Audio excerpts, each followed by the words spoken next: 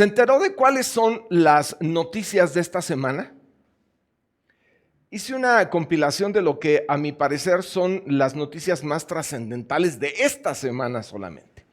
Y comienzo comentándoles que Rusia ya patentó, ya creó la vacuna contra el COVID-19.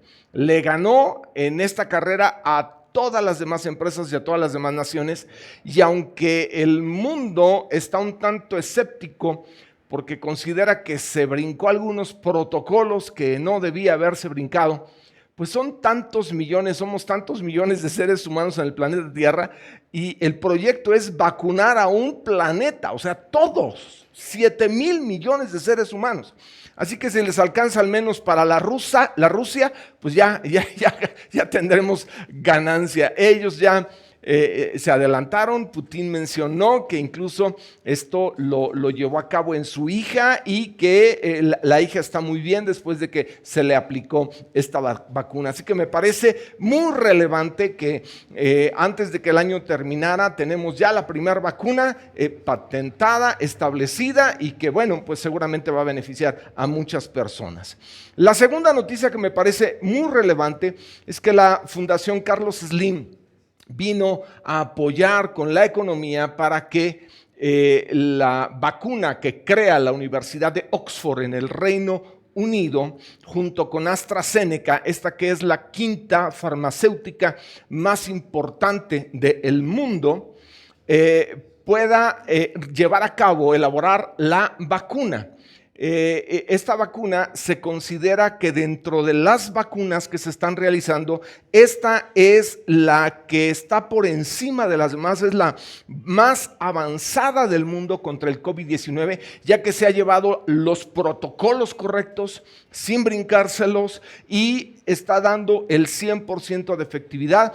Así que mediante el patrocinio, ya el presidente de Argentina en esta semana mencionó que Argentina y México están unidos para la creación de esta vacuna. Así es que el mundo latinoamericano no nos vamos a quedar al final, porque ya se veía que nosotros pues íbamos a ser los patitos feos y que seguramente no nos iba a llegar la vacuna sino hasta el 2022 seguramente. Bueno, no es el caso. Ya a través de este patrocinio venimos a estar muy cerca de las naciones y ya estamos ahí en la mano formados, ¿verdad? Para llegado el momento recibir este provecho. Así que me parece la segunda noticia importante.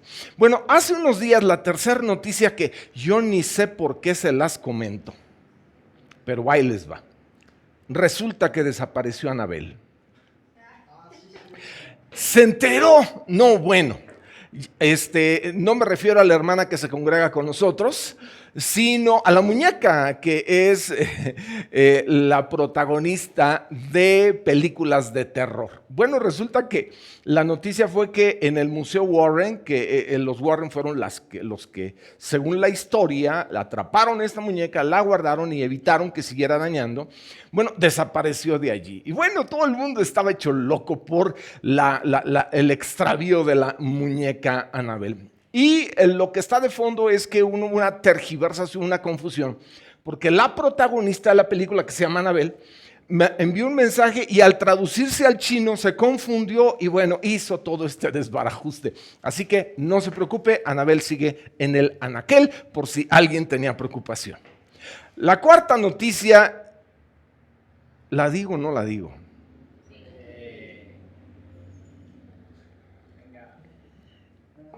No sé. Ahí va. Nodal borró de sus cuentas de Instagram las fotos de Belinda y ya no se siguen.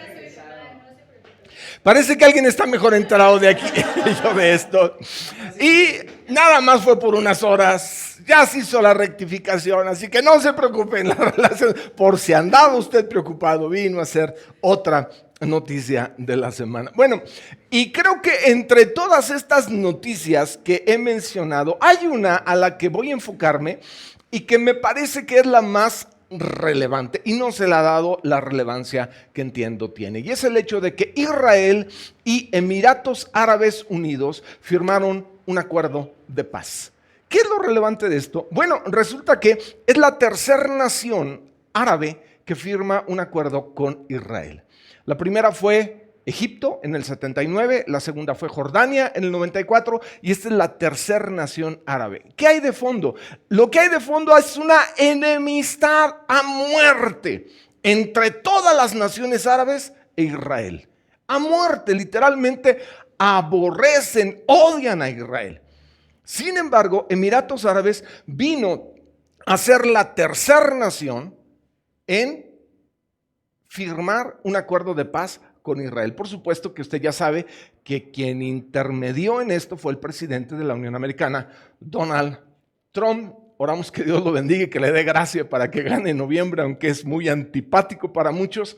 Creemos los cristianos que es un hombre que Dios ha usado de una manera impresionante. En fin, no me meto en cuestiones de política, solamente pido a Dios, de acuerdo a las evidencias, que el Señor lo bendiga y lo respalde. Bueno, lo que está de fondo, y quiero comentar un detallito ahí que me pareció interesante, el jeque, el que firmó, el que está al frente de Emiratos Árabes, se llama Mohammed bin Zayed, y este árabe nació el 11 de marzo de 1961. Por algo tiene el hombre discernimiento. Yo le gané nada más por 2 días.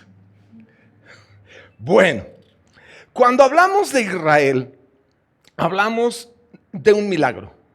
La nación de Israel toda es un milagro. Fíjese que leía que Federico el Grande, que fue el rey de Prusia, lo que hoy es parte de Polonia y Rusia, Federico el Grande llegó a ser tan importante que Napoleón lo admiraba. Y él llamó a un filósofo, a Jean-Baptiste de Boyer, y le preguntó: dame una evidencia de que Dios existe. Y Jean-Baptiste de Boyer le dijo: los judíos. Así, los judíos. El pueblo de Israel no, y fíjese, en aquel entonces ni siquiera era nación como hoy lo es. El pueblo de Israel es un milagro, es un verdadero milagro. Y me parece que es sumamente importante el enfocar la trascendencia que el pueblo de Israel tiene. Y precisamente en razón a esto, después de la declaración de amistad entre Israel y los Emiratos Árabes Unidos, llovieron en internet las declaraciones de que, habiendo hecho este acuerdo, ya Jesús estaba a las puertas, ya está por llegar. Porque hay de por medio algunas profecías que mencionan que cuando digan paz y seguridad les vendrá de repente destrucción. Y hay profecías que hablan acerca de en Daniel se habla de la actividad del anticristo, que habla de la paz como una de las formas en las que va a tratar con Israel. Entonces algunos lo han vinculado y han dicho: ya, prepárate porque Jesús viene, debes estar listo, en cualquier momento puede llegar. Y mire, el pueblo de Dios, una de las doctrinas que hemos creído se llama la doctrina de la inminencia del retorno de Cristo, que significa que en cualquier momento puede venir. No sabemos cuándo, pero en cualquier momento puede venir. Sin embargo, los pastores, las personas que Dios nos ha dado la gracia, el favor de predicar y de enseñar, tenemos una gran responsabilidad para no confundir, sino ayudar, para que la palabra que uno comparte no sea una palabra que meta a las personas en una crisis, sino que les dé luz. Por supuesto que nadie puede estar en paz cuando el barco se está hundiendo, pero hay ocasiones en que el barco no se está hundiendo y hay una alarma como si se estuviera hundiendo. Entonces, yo creo que las personas que Dios ha llamado y ha comisionado para que compartamos la palabra, tenemos la grande responsabilidad de clarificar las cosas que entendemos hasta donde entendemos, para que el pueblo de Dios pueda caminar en base a la revelación bíblica y no en base a lo que algunos llegan a pensar. Aunado a la cuestión de el acuerdo de paz, súmele toda la serie de noticias que detonó el caso de Bill Gates acerca de las teorías conspirativas y la famosa vacuna y el G5, todas estas cosas. Hay muchas personas que desde los púlpitos hablan del anticristo y le ponen nombre, le dicen Bill Gates, así, de manera clara, contundente. Y se presenta como esto y es la antesala del regreso de Cristo. Y hablo no de congregaciones o de pastores, vamos, que tienen un exabrupto o que están comenzando, sino de personas que tienen buen fundamento y presentan estas cosas ya como una realidad. Yo creo con todo mi corazón que la profecía no es el problema es la interpretación de la profecía. Porque la profecía es un terreno resbaloso para muchos. Y hay personas que no teniendo en cuenta, primero, la historia de la interpretación profética y segundo, las reglas y normas hermenéuticas para interpretar la Biblia, llegan a conclusiones apresuradas que hacen que mucha gente tome decisiones que están fuera de lugar. Yo quisiera hablar un poco en esta mañana acerca del aspecto profético y situar a Israel en el centro de esta palabra. Primero, la interpretación de la profecía. ¿Sabe que hay un hombre alemán llamado Herbert Stollers? Él escribió 2 libros, se pueden encontrar en internet, se leen en internet estos 2 libros. Uno se llama Se acerca la gran tribulación y el otro se llama El misterio del 17 de Tamuz, es una fecha hebrea. Bueno, en ambos libros, este alemán que es un hombre de negocios, es un hombre que estudia la escritura, es un hombre que encontró, según él menciona, el código de interpretar la profecía en base a los números hebreos. Y maneja una serie de claves, y entonces él da fechas. Y él dice lo siguiente, les voy a compartir las fechas que él dice. Lo pueden leer ustedes en internet, recuerden los libros, se llama Se acerca la gran tribulación y el misterio del 17 de Tamuz. Ok, él dice, en el 2008 será destruida Nueva York. La gran tribulación va a comenzar en el 2008 y va a terminar en el 2015. En el 2015 será destruido el tercer templo. En el 2015, Satanás va a ser encarcelado. En el 2018 va a empezar el milenio. Por supuesto que todo esto lo escribió años atrás. Vemos que han pasado estos años y ¿qué ha pasado? Nada de lo que él predijo. Nada. Nada. Hace años asistí a la presentación de este libro que se llama La Señal. Robert Bach Kempen es el escritor y él juntó a un grupo de pastores y nos obsequió su libro. Es un libro de profecía de más de 500 hojas. En la parte final del libro, él incluye un diagrama profético en el que presenta desde su punto de vista cómo es que van a darse las cosas para el final. Es sumamente gráfico. ¿Cuál es la postura particular del autor? Que él sabe quién es el anticristo. Hitler resucitado. Así lo presenta. Y él da todas las bases, todo el fundamento con el cual dice Hitler resucitado va a ser el anticristo. ¿De qué estoy hablando, querida familia? Estoy hablando de que la interpretación de la profecía ha metido a muchos en problemas. No la profecía, la interpretación. Por ejemplo, uno de los grupos cristianos que yo personalmente admiro por un par de cosas son los adventistas. ¿Por qué los admiro? He tenido trato con ellos. En primer lugar, los admiro porque son personas bien alimentadas. De los grupos cristianos, según los estudios, son los más saludables, porque se apegan al Antiguo Testamento y no comen ninguno de los animales inmundos. Son personas, la mayoría, muy longevas. Entonces, hay cosas que se les puede aprender. Tienen excelentes libros de nutrición. Los adventistas son así, ¿verdad? Además, en segundo lugar, son personas muy disciplinadas y que conocen la Escritura. Sin embargo, cuando uno se echa un clavado a su origen, encuentra algunas cosas que son muy interesantes. Sabe que en el siglo XVIII, 18 y 19, empezó a juntarse un grupo de estudiantes de la Escritura porque los acontecimientos que se sucedieron les empezaron a preocupar. Me enfoco concretamente a qué. El terremoto de Lisboa en 1755, el día oscuro de Nueva Inglaterra en 1780, la lluvia de meteoros en 1833. Entonces, todas esas señales les llevó a considerar que el retorno de Cristo era inminente.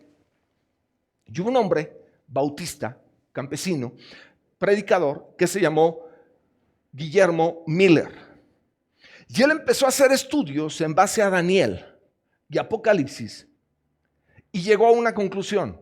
El regreso de Cristo estaba para 1844.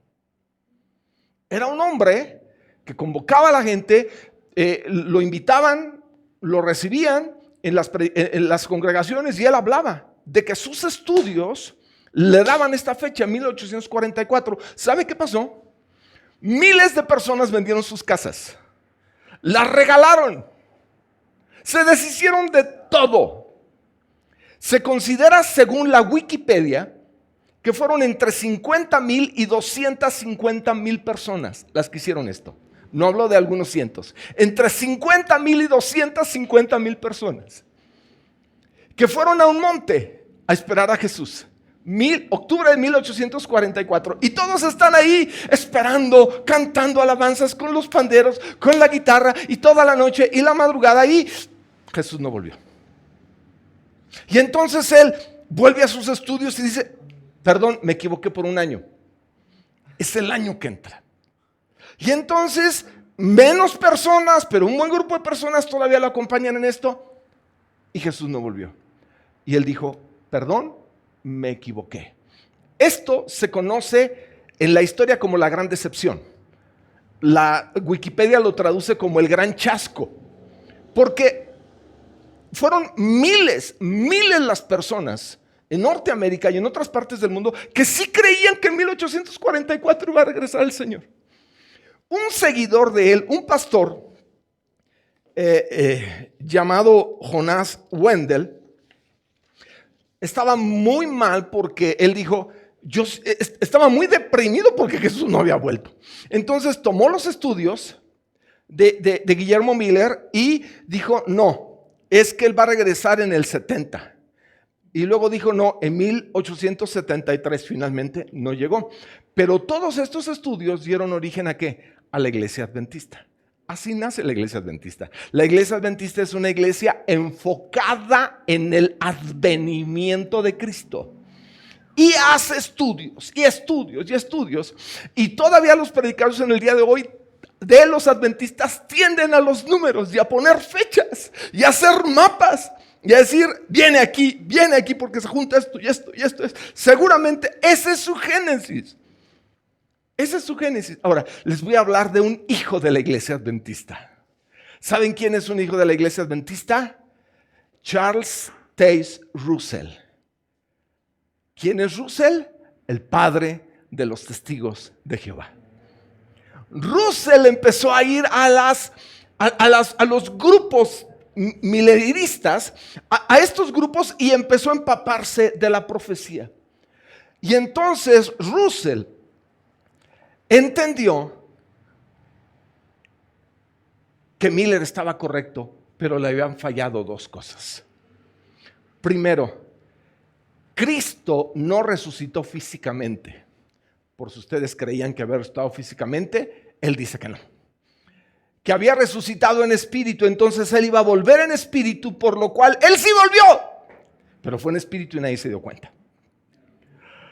Segundo, la fecha estaba mal porque la partida de donde había ido Miller no es cuando se dio el inicio del cautiverio, sino en Esdras, cuando se da el decreto de Ciro para que regrese el pueblo, y eso le llevó a 1914. Y entonces él empieza a hablar de que en 1914 Jesús vuelve. ¿No volvió? Pero él dice que sí, porque volvió espiritualmente.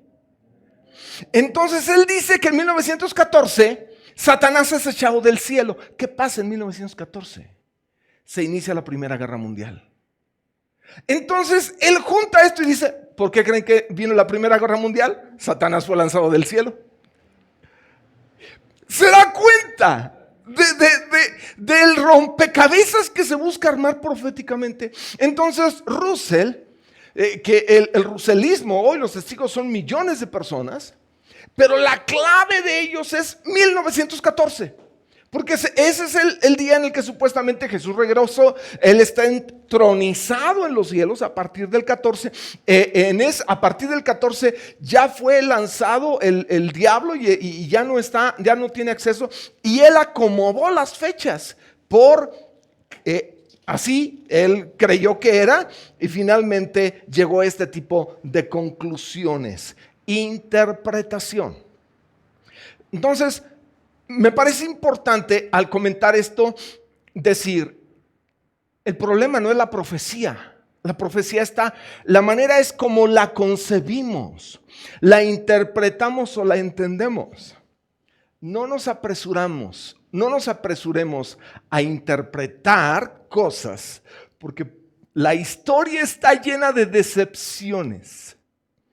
Hay personas que para este momento juran que este año empieza todo el desenlace profético de la Biblia y que en este año todo va a cambiar. Hay personas que juran que nada va a volver a la normalidad. Nada. Que esta pandemia llegó para afectarnos la vida, así que ya, si pensaban casarse,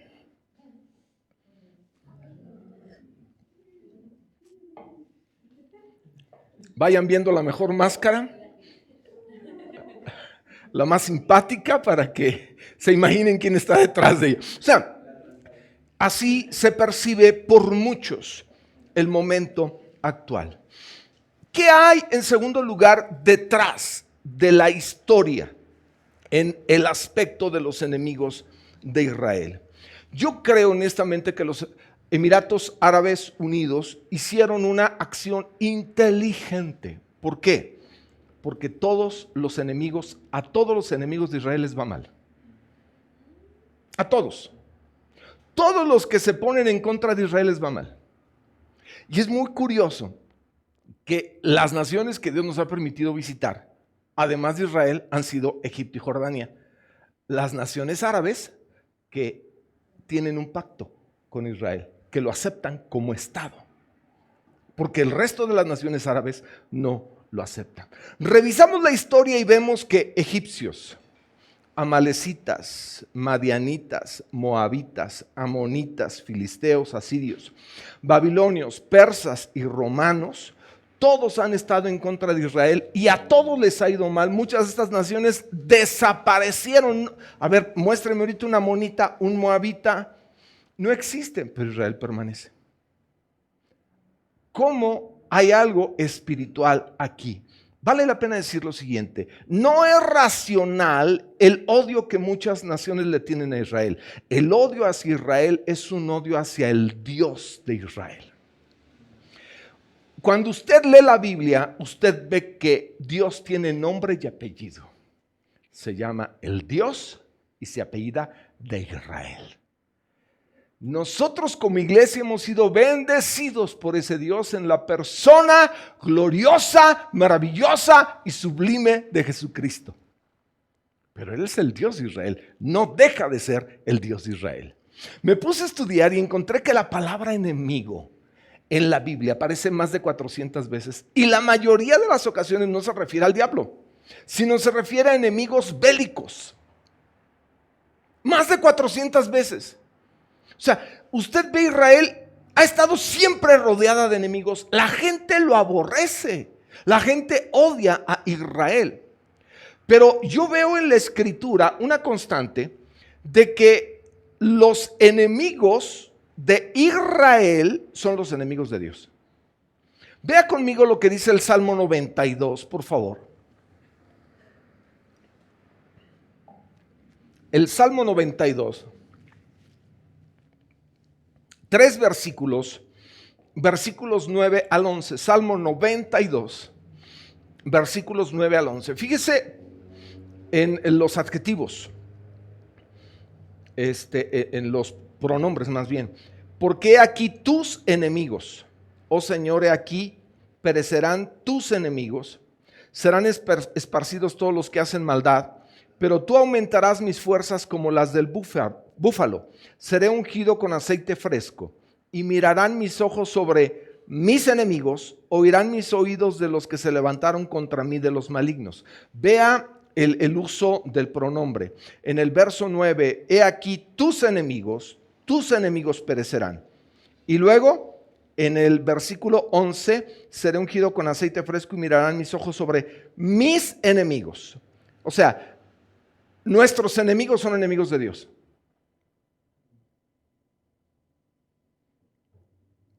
El que está contigo es bendecido, el que está contra ti no prospera. Si tú caminas con Dios en fidelidad, el Señor de manera muy clara a través del profeta Isaías dice que toda arma forjada contra ti no prevalecerá. Hay una alianza entre Dios y nosotros. Y entonces Él pelea por nosotros. Bendito sea el Señor. ¿Qué es lo que yo observo en el caso de Israel? Hagamos un recordatorio. Hamas es el grupo terrorista de los palestinos. Este grupo Hamas, ¿cómo ha dado lata? Porque está en los dos territorios ocupados, en la Franja de Gaza y en Cisjordania. Bueno, particularmente los de la Franja de Gaza, qué lata dan a Israel. Todo el tiempo están lanzando cohetes. ¿Y qué es lo último que hicieron en esta semana? Echaron a volar globos con explosivos. Y entonces incendiaron parte del Negev, parte del norte de Israel. Así están atacando los palestinos. Hamas es un grupo terrorista que odia a Israel y de todas maneras lo quiere destruir. Es impresionante cómo obran. Usted ve toda la historia del ataque de Hamas. Por supuesto, Israel responde y Israel va con todo contra los campos de preparación y contra los armamentos y destruye, porque Israel está bien capacitado para la guerra. Entonces, Hamas es un grupo terrorista que afecta a Israel y no le ha ido bien. ¿Recuerdan a Yasser Arafat? El líder de la OLP, de la Organización para la Liberación de Palestina. Este fue un hombre icónico. En el 2004 fallece en Francia, fallece en París. Hasta el día de hoy no se sabe cómo falleció. No se sabe. Su esposa negó que se le hiciera la autopsia. No se sabe cómo falleció, pero estaba rodeado de enemigos. Ese que ganó el premio de la paz era un delincuente, era un asesino terrible. Murió, fue quitado. ¿Recuerdan a Saddam Hussein, el presidente de Irak? Este hombre amenazó con reducir a cenizas la mitad de Israel con armas químicas avanzadas. Armas químicas avanzadas. Mire, las armas binarias tienen dos componentes. Los dos componentes son inertes en sí mismos, pero cuando se combinan, constituyen un gas letal que actúa en el sistema nervioso. Eso fue lo que quiso usar Saddam Hussein para atacar a Israel. Armas químicas. ¿Qué pasó en el 90? Después de que Irak tiene su conflicto con Irán, Irak, al frente de Saddam Hussein, se vuelve contra Kuwait por la cuestión de los costos del petróleo y ataca a Kuwait, una nación chiquitita. Y viene Estados Unidos y ataca a Saddam Hussein. Ustedes recuerden que se metió a Irak. Irak es la antigua Babilonia. ¿Y qué sucedió con Saddam Hussein? Miren, hay unos datos que son tan relevantes, uno los encuentra en el internet, en libros, y de verdad que son impresionantes. ¿Saben qué él daba? $25,000 a la familia de cada hombre que se suicidaba para matar judíos. $25,000 a cada familia del suicida que mataba judíos. Órale. Se considera que él gastó $35 millones solamente en apoyar familias de delincuentes que se explotaban. Impresionante. En el 91 él lanzó 39 misiles contra el Estado de Israel. ¿Y sabe lo que hizo Israel? Nada. Estados Unidos le pidió a Israel que no hiciera nada. Porque Israel podía haber contestado y no hizo nada. Nada, no contestó Israel, nada. Finalmente hay una cúpula que cubre el espacio de Israel. Dios protegió a Israel y no hizo nada. ¿Y qué pasó con él? En el 2006 él murió en la horca, enjuiciado por su propia gente. ¿Se acuerdan esa estatua de Saddam Hussein que tiraron? Lo desaparecieron. ¿Saben cuáles fueron las últimas palabras de Saddam Hussein? Saddam Hussein, antes de morir, él dijo: muerte para Israel. Parece como el mismo diablo hablando a través del hombre. ¿Recuerdan a Osama Bin Laden? Otro loco. Se hizo famoso por el grupo terrorista Al-Qaeda. Él formó Al-Qaeda y empezó a hacer actos terroristas en distintas partes del mundo y mató mucha gente. Pero ¿qué fue lo más conocido de Bin Laden? El 2001, las Torres Gemelas. Su atentado contra las Torres Gemelas, contra el Pentágono, donde 3,000 personas murieron. Bin Laden pasó a la historia por haber vulnerado el espacio aéreo del país más seguro del mundo, la Unión Americana, y atacarlo. Murieron 3,000. Yo recuerdo tan vivamente cuando iba manejando y el noticiero empezó a mencionar que algo se había estrellado contra una de las dos torres.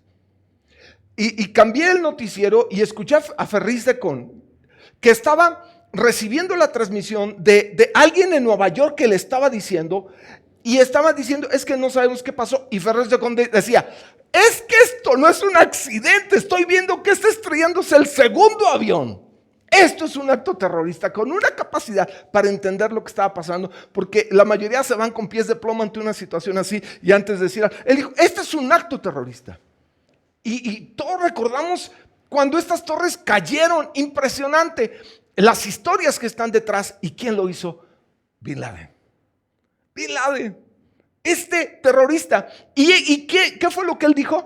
Cuando él interpretó su ataque, él dijo: esto es por el vínculo que Estados Unidos tiene con Israel. Terrible. Quiso dañar a quien protege a Israel. ¿Cuál fue el final de Bin Laden? Yo creo que a la mayoría de nosotros, hay una película, La Noche Más Oscura, que narra precisamente esto, pero la historia misma habla de cómo llegaron, lo atraparon como una rata en un agujero y lo mataron. Los restos de él lo botaron al mar. O sea, acabaron con Bin Laden. En el 2011 fue casado en Pakistán y se acabó el hombre. ¿Qué pasó la semana anterior? El 4 de agosto, Beirut explota, la capital del Líbano, y todo el mundo queda impresionado por lo que sucede. Alrededor de la explosión, 10 manzanas quedan afectadas. Para el día de hoy hay más de 200 personas muertas, más de 4,000 personas heridas. ¿Qué fue lo que sucedió ahí? Se encontró que había 2,750 toneladas de nitrato de amonio. ¿Qué hacía el nitrato de amonio ahí? Es que resulta que el Líbano tiene su propio grupo terrorista. Y el grupo terrorista de los libaneses tenía esos explosivos porque querían acabar con Israel. Esos explosivos, previamente, el líder de este grupo terrorista había dicho: los vamos a usar para acabar con Israel. Hay audios y videos donde él habla de esto. Les explotó a ellos. Israel ni las manos metió. ¿Sabe lo que hizo Israel? Ofreció ayuda. Hizo que sus edificios se pusieran la bandera del Líbano para apoyar al Líbano. Envió gente para apoyar a los que estaban afectados. Porque Israel no se va a vengar, porque él conoce finalmente la justicia divina. Aquí Israel no hizo nada. Yo subí a mi estado de Facebook como en el 2018, 2 años atrás, El primer ministro de Israel, Benjamín Netanyahu, ante las Naciones Unidas, dijo: aquí están los mapas, como en Beirut hay explosivos. Si no los quitan, algo va a pasar. Ahí está, él dijo esto. Israel no fue afectado, el mismo Beirut fue afectado. ¿Qué es lo que está de fondo? ¿Sabe que las Naciones Unidas están compuestas por 194 países? Y que de estos 194, 31 naciones no tienen relación con Israel. Son enemigas. Le voy a dar la lista. Argelia, Bahrein, Comoras, Djibouti, Irak, Kuwait, Líbano, Libia, Marruecos, Omán, Qatar, Arabia Saudita, Somalia, Sudán, Siria, Túnez, Emiratos Árabes, que ya no está en esta lista a partir de esta semana, Yemen, Afganistán, Bangladesh, Chad, Indonesia, Irán, Malasia, Mali, Níger, Pakistán, Cuba y Corea del Norte, además de los que no están en las Naciones Unidas, entiéndase, Taiwán, China. Tampoco tienen relación con Israel. Pero son naciones que son enemigas. Usted busca, México no tenemos enemigos. Somos una nación que no tenemos enemigos en ninguna parte. O sea, podemos llegar a cualquier lugar y no tenemos. Hay algunos donde nos ven cuates, otros donde nos ven raros, pero nos aceptan. Pero Israel, 31 naciones están en contra en estos días. Puede que no les vaya bien, porque ir en contra de Israel no es la mejor opción. Quiero aterrizar en esta hora compartiendo 3 principios que me parecen claves después de lo que he dicho. El primero, la historia es cíclica. Le voy a comentar algo que no he comentado. Cuando me preparé para predicar el 31 de diciembre,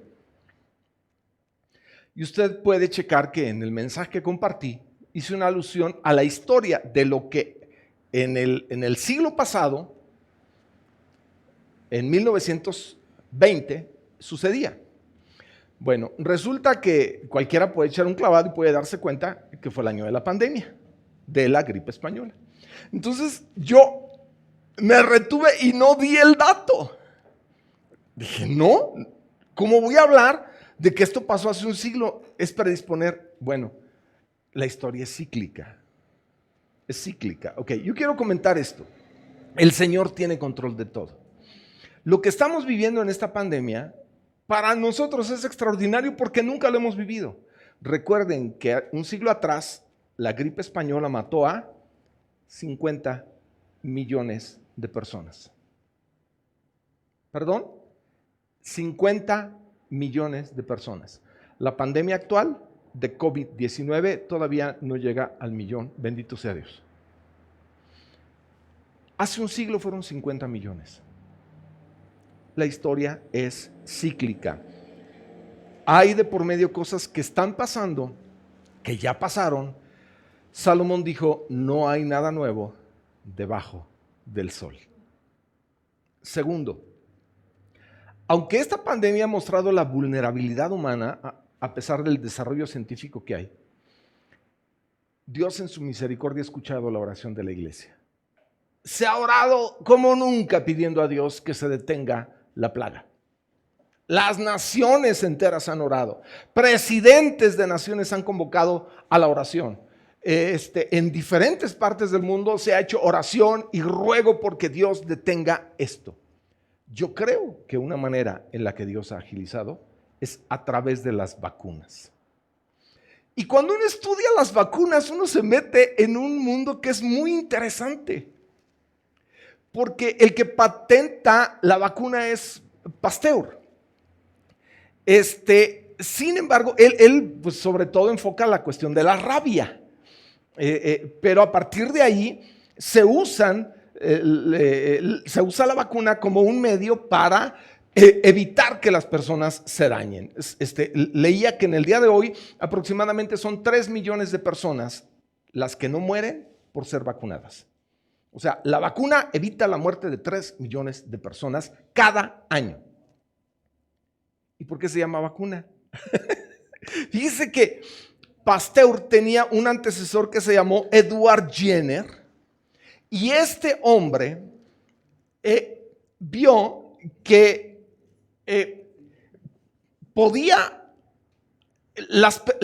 vio que las personas que estaban con las vacas se evitaban que el virus de la vaca los afectara. Entonces usó el virus de la vaca para aplicarlo a una persona y esto evitó que se enfermara. Entonces vacuna viene de vaca. Y Pasteur usó esto. Pero díganme cuánto no le debemos a este hombre, todos los que toman leche pasteurizada. Quiero leerles algo que escribió Pasteur cuando estaba para morir. Dijo él, escribió lo siguiente: le he pedido a Dios durante toda mi vida que yo pueda ser capaz de llevar una pequeña piedra al frágil y enfermo edificio de nuestro conocimiento, de esos profundos misterios de la vida y la muerte, donde todos nuestros intelectos, tan de forma lamentable, han fracasado.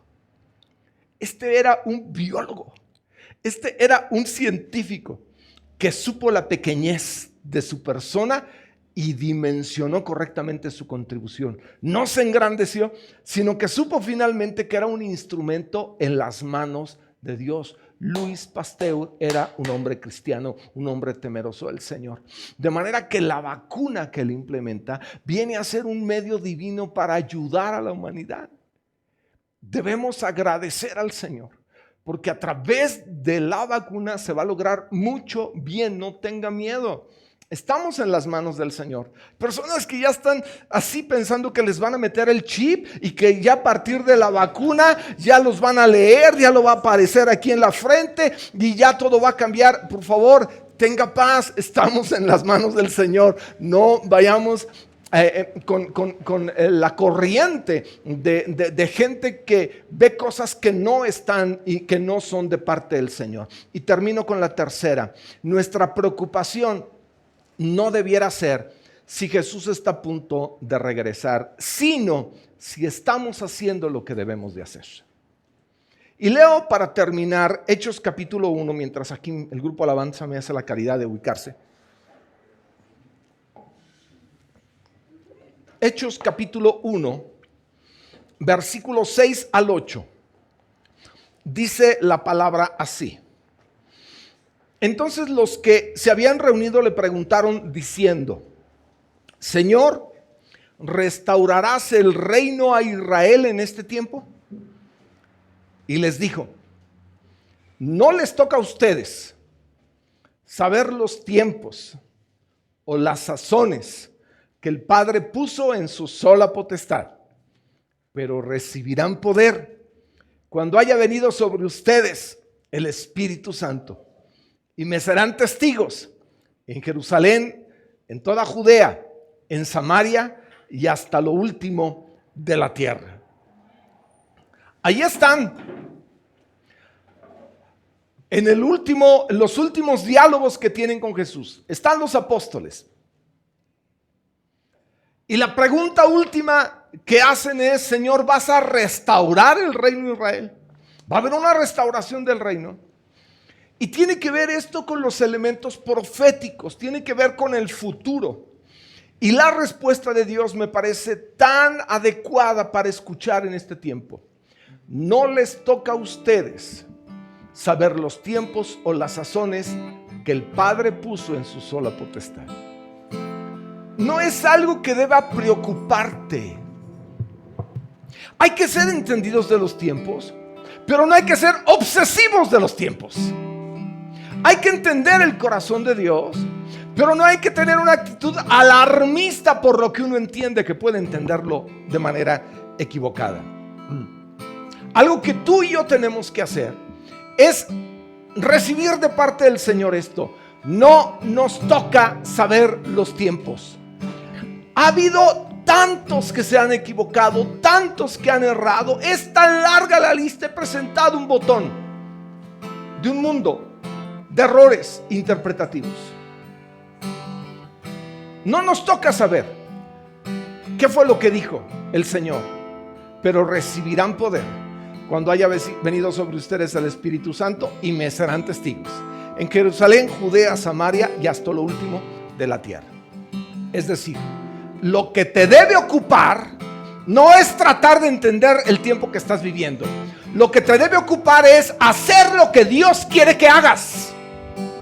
No es entender, sino hacer. El Señor dijo: voy a enviar el Espíritu para que les capacite y hagan el trabajo que tienen que hacer. ¿Cuál es tu trabajo y el mío? Ser testigos de Cristo. Hablar este mundo del unigénito Hijo de Dios, del unigénito Hijo del Padre. Hablar de su gracia, su poder, su majestad, su misericordia, su muerte en la cruz vicaria, sustitutoria por todos nosotros. Nos toca hablar de Jesús. Nos toca predicar el evangelio. Nos toca hablar a diestra y a siniestra de su gracia y de su favor. No nos toca saber los tiempos, pero nos toca hablar.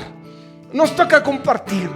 Lo importante no es si viene mañana, en 10 años, en 5 o antes de que el año termine. Esto no es lo trascendental. Lo trascendental es que hagamos lo que nos toca hacer. Ocúpate en lo que tienes que hacer. Ocúpate, además de vivir, en que tu vida esté enfocada en Dios, que tu vida esté enfocada en su servicio.